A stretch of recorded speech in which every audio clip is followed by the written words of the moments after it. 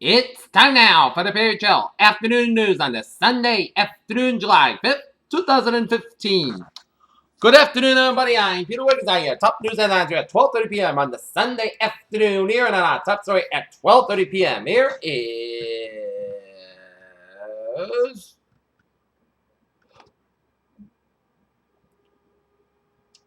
David Sweat, the New York prison escapee who was shot and taken into custody last week, was released from the hospital on Sunday morning and returned to prison, correction officials said. At the 4th of July parade, Hillary Clinton marched in Saturday and Gordon Rapture. Reporters following the candidate were kept in the moments dragged beyond an actual moving rope line. In Athens, voting ended in Greece's referendum Sunday with several opinion polls taken during the day predicted a narrow victory for the no side. The log Marcus Aldridge saying as the Senator Spurs is even more determined to try to get Manu Ginobili play one more season than they already were, sources told ESPN. Will and Kate show off their perfect royal family foursome as they walk little Prince George and Princess Charlotte nestled in a fancy silver cross store to their baby's christening today in England.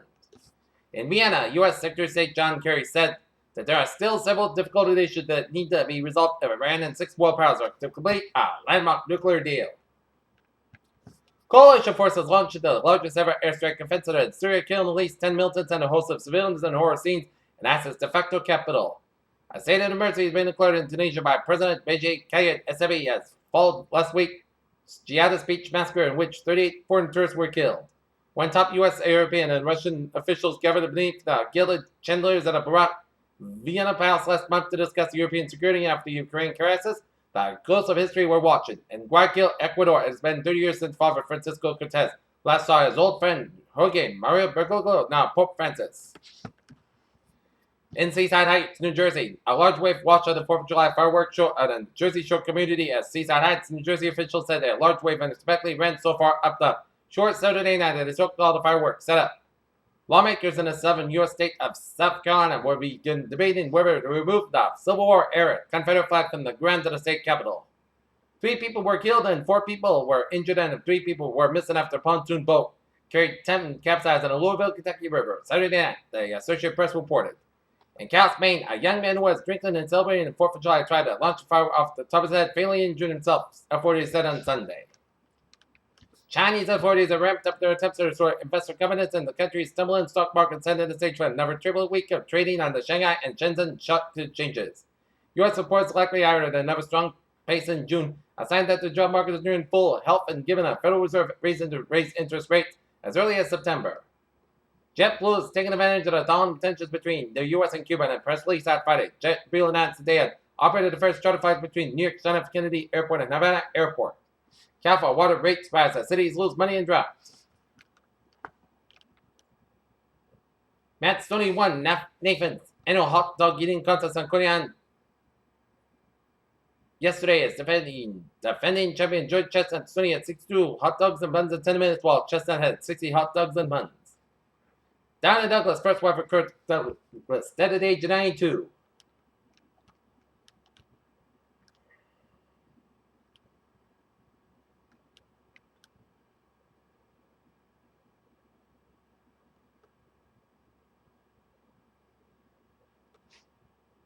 For people who suffer from type 2 diabetes who have the surgery for weight loss or are more apt to have improvements in their diabetes over the period of 3 years, Fernando counterparts who have just changed lifestyle as recent small study has.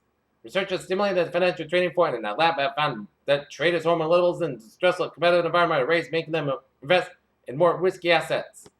The human trial for the AIDS vaccine involves foreign participants in 4 countries. The medical community is warning people against slightly burning part of the bodies, exposing themselves to greater cancer risk.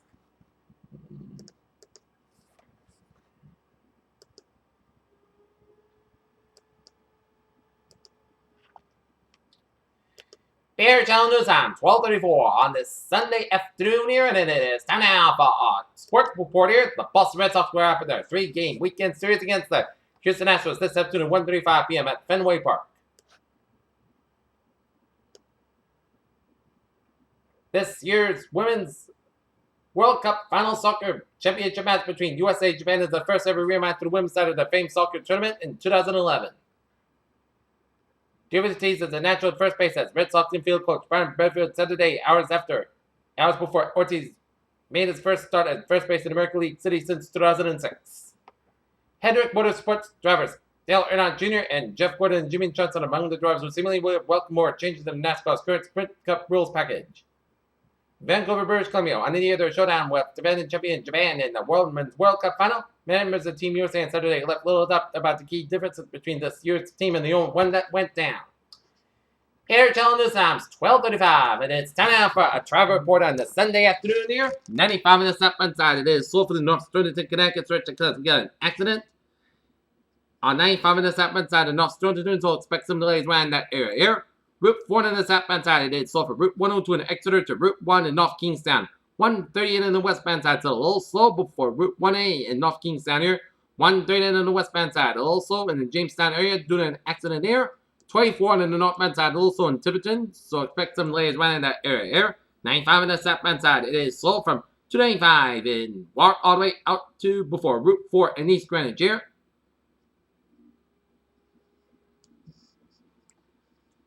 And on the Cape, Route 6 on the westbound side, got an accident after Route 149 in Barnstable as Route 6 traffic on the westbound side on the Cape backed up from 149 in Barnstable all the way up to the Sagamore Bridge here. So if you're on that traffic jam on Route 6 in Sagamore to Barnstable, be patient out there here. Route 20 on the northbound side is slow before the Bourne Rotary, the Canal Road after the Bourne Rotary. On the westbound side, it's a little slow here. 495 on the northbound side is slow for the Middleburg stretch between Route 20 and Middleburg to Route 44 in Middleburg. So expect some delays around that area here. Route 3 on the northbound side, it's slow after Route 139 in Marshfield to Route 53, Route 123 in Hanover. Doing an accident on Route 3 on the northbound side after Route 53 in Hanover here. And Route 3 on the southbound side, also for the Weymouth Hingham stretch, doing an accident on Route 3 on the southbound side after Route 18 in Weymouth here. Southwest especially on the northbound side, it's slow for the Dorchester stretch. On ramp, we get an accident on Mass Pike on the eastbound side after Route 9 in Framingham, Natick, so expect some delays around that area here. And on ramp 2. And the on ramp to Route 20 from 120 on the northbound side, again, an accident, so expect some delays around that area here. Mass Pike on the westbound side, it is slow from Grafton all the way out to I-84 in Sturbridge on the westbound side of the Mass Pike here. And we got an accident in Mass Pike on the westbound side before Route 146 in Auburn, so expect some delays around that area here. 195 on the southbound side, it's slow from Route 117 in Stowe all the way up to 290 in Marlborough here. 93 on the southbound side, it's slow from 293 in Manchester, New Hampshire to before Route 120 in London, New Hampshire here. 95 on the southbound side, it's slow from Portsmouth to Northampton, New Hampshire here. And up in Maine, 95 on the Maine Turnpike, it's backed up from Algonquin all the way up in Kittery, and it's clips all the way back to Route 95 in Portsmouth, New Hampshire. So expect a lot of busy traffic going on in the Maine Turnpike for travelers going home for the 4th of July holiday here in Maine and New Hampshire here. 295 on the west southbound side, slow from before the Maine Turnpike in Portland here. And 93 on the southbound side up in New Hampshire here. It is backed up from Route Boscawen all the way out to Route 89 in Concord, New Hampshire here. I-89 on the southbound side is slow before Route 93 in Concord, New Hampshire here. 93 on the northbound side also on the Hooksett Toll Plaza here. 93 on the southbound side slow from Tilton to Northfield and Canterbury here.